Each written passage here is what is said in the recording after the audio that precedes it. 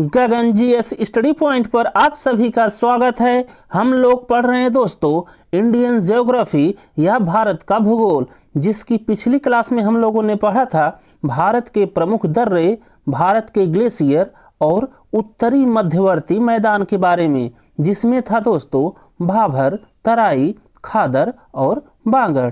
आज की क्लास में हम लोग पढ़ेंगे दोस्तों उसके आगे, जो कि है भारतीय पठार या जिसे कहा जाता है भारतीय प्रायद्वीपीय पठार। इसको हम लोग दोस्तों दो पार्ट में कंप्लीट करेंगे। आज इस समय हम लोग पढ़ेंगे पहला पार्ट और इसका दूसरा पार्ट आएगा दोस्तों शाम को 8 बजे। तो चलिए शुरू करते हैं दोस्तों। भारतीय पठार जिसे कहा जाता है इंडियन पेनिनसुलर प्लेट्यू, और इसका हम लोग पढ़ेंगे आज पार्ट 1। तो भारतीय पठार को दोस्तों प्रायद्वीपीय पठार कहा जाता है, और ये क्यों कहा जाता है इसको हम लोग आगे देखते हैं। सबसे पहले आप लोग देखिए, जो भारतीय पठार है वो सबसे पुराना भूभाग है या ओल्डेस्ट सरफेस है, जिसका निर्माण गोंडवाना भूमि के टूटने और खिसकने से हुआ। और जो भारतीय पठार है दोस्तों ये त्रिभुजाकार आकार में है और इसका क्षेत्रफल 16 लाख वर्ग किलोमीटर है। सबसे पहले दोस्तों आप लोग ये चीज़ ध्यान रखिएगा कि जो भारतीय पठार है ये सबसे पुराना भूभाग अर्थात ओल्डेस्ट सरफेस है भारत का, और इसका निर्माण हुआ है गोंडवाना भूमि के टूटने और खिसकने से। और जो भारतीय पठार है वो त्रिभुजाकार है और इसका क्षेत्रफल है 16 लाख वर्ग किलोमीटर। सबसे पहले आप लोग इतना चीज ध्यान रखिएगा। इसके बाद देखिए दोस्तों कि भारतीय पठार को प्रायद्वीपीय पठार क्यों कहा जाता है। तो यहाँ पर सबसे पहले आप लोग समझिए दोस्तों कि कोई भी भूभाग प्रायद्वीपीय भूभाग कब होगा। तो वह भूभाग जो 3 तरफ से जल से घिरा हुआ हो और एक तरफ से स्थल से घिरा हुआ हो, तो उस भूभाग को कहा जाता है प्रायद्वीपीय भूभाग। तो यहाँ पर दोस्तों जो भारतीय पठार है वो 3 तरफ से जल से घिरा हुआ है और एक तरफ से स्थल से, इसीलिए भारतीय पठार को कहा जाता है प्रायद्वीपीय पठार या पेनिनसुलर प्लेट्यू।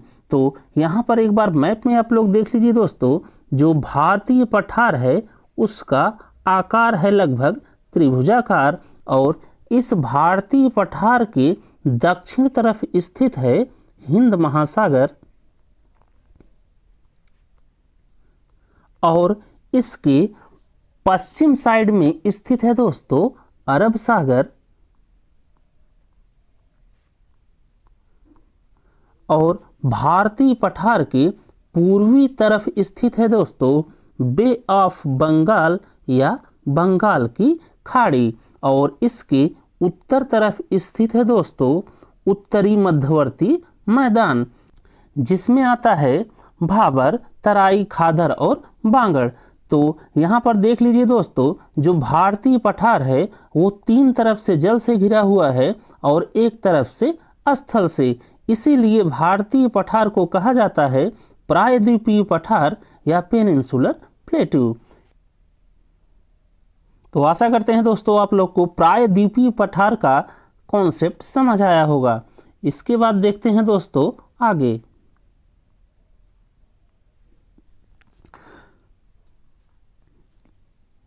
तो जो भारतीय पठार या जो भारतीय प्रायद्वीपीय पठार जिसे इंडियन पेनिनसुलर प्लेट्यू कहा जाता है दोस्तों, उसका विस्तार देख लीजिए।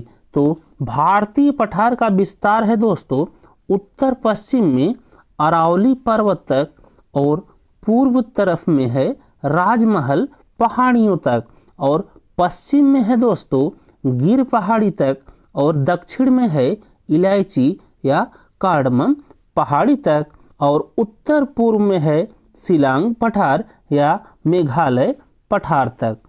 तो इसी चीज़ को एक बार आप लोग मैप में देख लीजिए दोस्तों। तो भारतीय पठार हो गया ये, जिसका आकार है लगभग त्रिभुजाकार, और इसका विस्तार है दोस्तों पूरब में है गिर पहाड़ी तक, और पश्चिम में है राजमहल पहाड़ी तक, और दक्षिण तरफ में है दोस्तों इलायची या कार्डमम पहाड़ी तक, और ये गिर पहाड़ी है दोस्तों गुजरात में, इलायची या कार्डमम पहाड़ी है केरल में, और राजमहल पहाड़ी है दोस्तों झारखंड और छत्तीसगढ़ में। और उत्तर पश्चिम में जो भारतीय पठार है उसका विस्तार है दोस्तों अरावली पहाड़ी तक, और उत्तर पूर्व में जो भारतीय पठार है उसका विस्तार है शिलोंग प्लेट्यू या मेघालय प्लेट्यू या मेघालय पठार तक। और इसी मेघालय प्लेट्यू में है दोस्तों गारो, खासी और जयंतिया पहाड़ी। तो इसका ये विस्तार हो गया दोस्तों जिसे हम लोग मैप में देखें। अब आइए देखते हैं दोस्तों कि जो भारतीय पठार है इसे कितने भागों में बांटा गया है।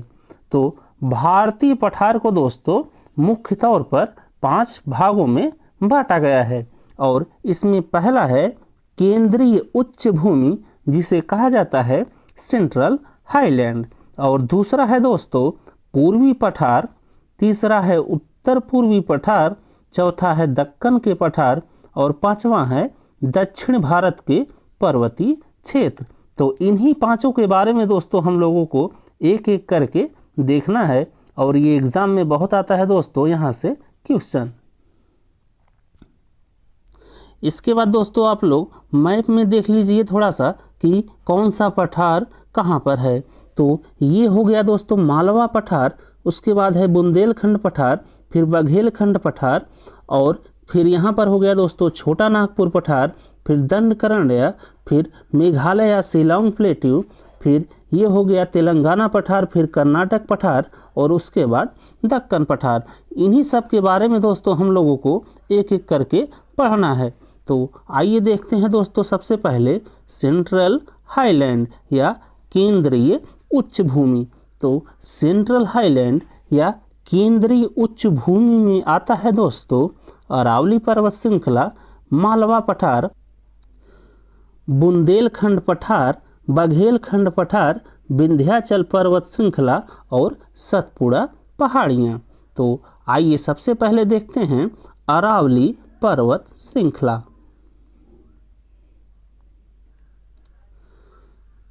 तो अरावली पर्वत श्रेणी इसका विस्तार है दोस्तों राजस्थान दिल्ली से होते हुए गुजरात तक, और इसका कुल विस्तार है लगभग 800 किलोमीटर। और ये अरावली जो पर्वत श्रेणी है दोस्तों ये प्राचीनतम मोड़दार अवशिष्ट पर्वत है, या इसे इंग्लिश में कहा जाता है ओल्डेस्ट फोल्डेड रेसिडुअल माउंटेन। तो ये क्वेश्चन बहुत आता है दोस्तों कि जो अरावली पर्वत श्रेणी है उसे कहा जाता है प्राचीनतम मोड़दार अवशिष्ट पर्वत या ओल्डेस्ट फोल्डेड रेसिडुअल माउंटेन। और अरावली पर्वत श्रेणी का विस्तार है राजस्थान दिल्ली से होते हुए गुजरात तक, जो कि है लगभग 800 किलोमीटर। और इसके बारे में थोड़ा सा कुछ मुख्य चीज़ें आप लोग जान लीजिए कि जो अरावली पर्वत श्रेणी है वो पश्चिम भारत का मुख्य जल विभाजक है, अर्थात जो अरावली पर्वत श्रेणी है वो राजस्थान के जो मैदानी क्षेत्र हैं उसे गंगा के मैदानी क्षेत्र से अलग करता है। अर्थात जो राजस्थान वाला मैदानी पार्ट है और गंगा का जो विशाल मैदान है उसके बीच में है अरावली पर्वत श्रृंखला, और ये अरावली श्रेणी या अरावली पर्वत श्रृंखला दोनों मैदानी क्षेत्रों को अलग करता है। ये चीज़ आप लोग ध्यान रखिएगा। और इसी अरावली पर्वत श्रेणी से निकलती हैं दोस्तों दो नदियाँ जो कि हैं साबरमती और लूनी, और लूनी निकलती है दोस्तों सांभर झील से। ये चीज़ आप लोग ध्यान रखिएगा। और लूनी राजस्थान की अरावली पर्वत श्रृंखला से निकलती है दोस्तों, और कच्छ जो कि है गुजरात में वहाँ पर जाकर विलुप्त हो जाती है। तो इतना चीज़ आप लोग ध्यान रखिएगा अरावली पर्वत श्रृंखला से। इसके बाद हम लोग देखते हैं दोस्तों कि जो अरावली पर्वत श्रृंखला है उसकी सबसे ऊंची चोटी कौन है। तो जो हाईएस्ट पीक या सबसे ऊंची पहाड़ी है या चोटी है अरावली पर्वत श्रृंखला की, वो है दोस्तों गुरु शिखर, जिसकी ऊंचाई है 1722 मीटर। और ये गुरु शिखर है दोस्तों माउंट आबू राजस्थान में। ये बहुत इंपॉर्टेंट है दोस्तों कि जो गुरु शिखर है जो कि है अरावली पर्वत श्रृंखला की सबसे ऊंची चोटी, वो स्थित है माउंट आबू राजस्थान में। और यही माउंट आबू राजस्थान से निकलती है दोस्तों नक्की लेक या नक्की झील। ये चीज आप लोग ध्यान रखिएगा। और इसी में आप लोग ध्यान रखिएगा दोस्तों कि दिलवाड़ा मंदिर और मकरना ये दोनों हैं राजस्थान में। और ये जो मकरना है दोस्तों ये प्रसिद्ध है उच्च क्वालिटी के संगमरमर के लिए। तो दिलवाड़ा मंदिर और मकरना ये दोनों हैं राजस्थान में। इसके बाद अरावली श्रेणी के बाद देखिए दोस्तों विंध्य श्रेणी। और विंध्य श्रेणी का विस्तार है दोस्तों गुजरात, उत्तर प्रदेश, मध्य प्रदेश और बिहार में। और इस श्रेणी में विंध्याचल, कैमूर तथा पारसनाथ पहाड़ियाँ पाई जाती हैं। तो ये चीज़ आप लोग ध्यान रखिएगा कि विंध्य श्रेणी का विस्तार है गुजरात, उत्तर प्रदेश, मध्य प्रदेश और बिहार तक। और विंध्य श्रेणी में पाई जाती हैं विंध्याचल, कैमूर तथा पारसनाथ पहाड़ियाँ। और इसके बाद देखिए दोस्तों जो विंध्य श्रेणी है वो गंगा नदी के अपवाह क्षेत्र को प्रायद्वीपीय के अपवाह क्षेत्र से अलग करता है। तो ये बहुत इंपॉर्टेंट है दोस्तों कि गंगा नदी के अपवाह क्षेत्र को प्रायद्वीपीय अपवाह क्षेत्र से अलग करते हैं विंध्य श्रेणी। अपवाह क्षेत्र मतलब दोस्तों जो नदियां हैं, अर्थात गंगा नदी और प्रायद्वीपीय जो नदियां हैं उनको अलग करती है विंध्य श्रेणी। ये चीज़ आप लोग ध्यान रखिएगा। और विंध्य श्रेणी में पाया जाता है दोस्तों बिल्डिंग मटेरियल के जो भी सामान होते हैं वो, अर्थात चूना पत्थर हो गया, सीमेंट हो गया और लाल जो पत्थर होता है जिससे बनती है लाल बालू। तो ये पाया जाता है विंध्य श्रेणी में। और इसी श्रेणी में स्थित है दोस्तों पन्ना माइंस जहाँ से निकलता है हीरा, और ये स्थित है मध्य प्रदेश में। तो इतना चीज़ आप लोग ध्यान रखिएगा विंध्य श्रेणी से।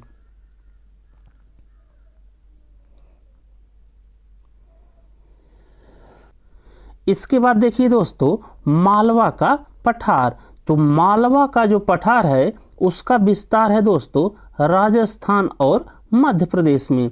और इस मालवा के पठार में बहती है चंबल नदी। और इस चंबल नदी पर कुछ बांध बनाए गए हैं दोस्तों जिसे आप लोग ध्यान रखिएगा और ये एग्जाम में पूछा जाता है। तो चंबल नदी पर जो राजस्थान में बांध बनाए गए हैं वो हैं राजा सागर बांध और जवाहर सागर बांध। तो राजा सागर बांध और जवाहर सागर बांध ये बनाए गए हैं चंबल नदी पर राजस्थान में। और एक बनाया गया है दूसरा बांध दोस्तों जो कि है गांधी सागर बांध, ये भी बनाया गया है चंबल नदी पर और ये स्थित है मध्य प्रदेश में। तो मालवा के पठार से आप लोग ध्यान रखिएगा कि इसका विस्तार है राजस्थान और मध्य प्रदेश तक और इसमें बहती है चंबल नदी। और इस चंबल नदी पर राजस्थान में दो बांध बनाए गए हैं जो कि हैं राजा सागर बांध और जवाहर सागर बांध। और इसी नदी पर मध्य प्रदेश में बनाया गया है गांधी सागर बांध।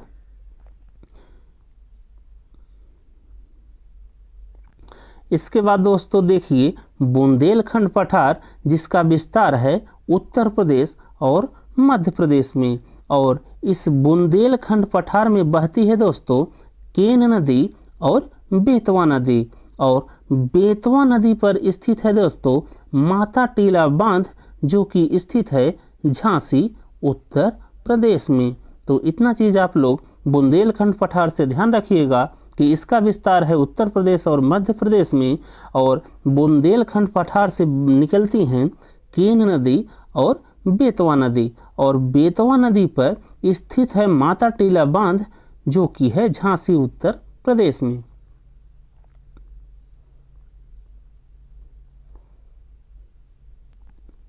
इसके बाद देखिए दोस्तों बघेलखंड पठार जिसका विस्तार है मिर्ज़ापुर, सोनभद्र और इलाहाबाद में। और ये जो बघेलखंड पठार है दोस्तों, ये भाग है बुंदेलखंड पठार या प्लेट्यू का।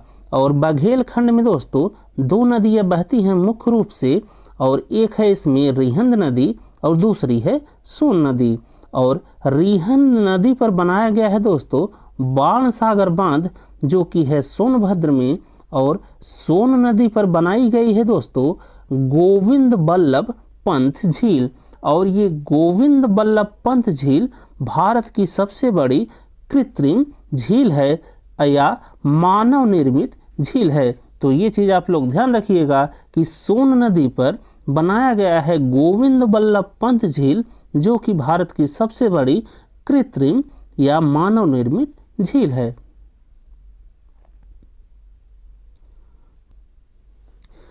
इसके बाद देखिए दोस्तों सतपुड़ा श्रेणी, जिसका विस्तार है गुजरात, मध्य प्रदेश और छत्तीसगढ़ में। और सतपुड़ा श्रेणी को कहा जाता है दोस्तों ब्लॉक पर्वत। तो ये चीज़ आप लोग ध्यान रखिएगा कि सतपुड़ा श्रेणी को कहा जाता है ब्लॉक पर्वत, जिसका निर्माण बेसाल्ट और ग्रेनाइट चट्टानों से हुआ है। तो आप लोग इसे ध्यान रखिएगा कि सतपुड़ा श्रेणी का विस्तार गुजरात, मध्य प्रदेश और छत्तीसगढ़ में है। और सतपुड़ा श्रेणी को कहा जाता है ब्लॉक पर्वत, जिसका निर्माण हुआ है बेसाल्ट और ग्रेनाइट के चट्टानों से। और इसके बाद आप लोग ध्यान रखिएगा दोस्तों कि जो सतपुड़ा श्रेणी या सतपुड़ा पहाड़ी है वो नर्मदा और तापी नदियों के मध्य जल विभाजक का कार्य करती है। तो आप लोग इसे ध्यान रखिएगा। और भारत की ये दो ऐसी नदियां हैं दोस्तों, नर्मदा और तापी, जो कि भ्रंश घाटी या रिफ्ट वैली से होकर बहती हैं। तो ये इम्पोर्टेंट है दोस्तों, इसे आप लोग ध्यान रखिएगा कि नर्मदा और तापी नदी भारत की ऐसी दो नदी हैं जो कि भ्रंश घाटी या रिफ्ट वैली से होकर बहती हैं। तो इसके बाद आगे देखिए दोस्तों कि सतपुड़ा श्रेणी या सतपुड़ा पहाड़ी की जो सबसे हाईएस्ट पीक है या सबसे ऊंची चोटी है वो है धूपगढ़, जिसकी ऊंचाई है 1350 मीटर। और ये धूपगढ़ जो चोटी है दोस्तों सतपुड़ा पहाड़ी में, ये आती है महादेव रेंज या महादेव श्रृंखला में, जो कि है मध्य प्रदेश में। और इसी धूपगढ़ चोटी या महादेव श्रृंखला में स्थित है दोस्तों पंचमढ़ी हिल स्टेशन या पंचमढ़ी पर्यटन केंद्र, जो कि एक जैव आरक्षित क्षेत्र है। तो यहाँ पर आप लोग ध्यान रखिएगा कि सतपुड़ा श्रेणी की सबसे ऊंची चोटी है धूपगढ़, जिसकी ऊंचाई है 1350 मीटर। और ये स्थित है महादेव श्रृंखला, जो कि है मध्य प्रदेश में। और इसी महादेव श्रृंखला पर स्थित है पंचमढ़ी हिल स्टेशन या पंचमढ़ी पर्यटन केंद्र।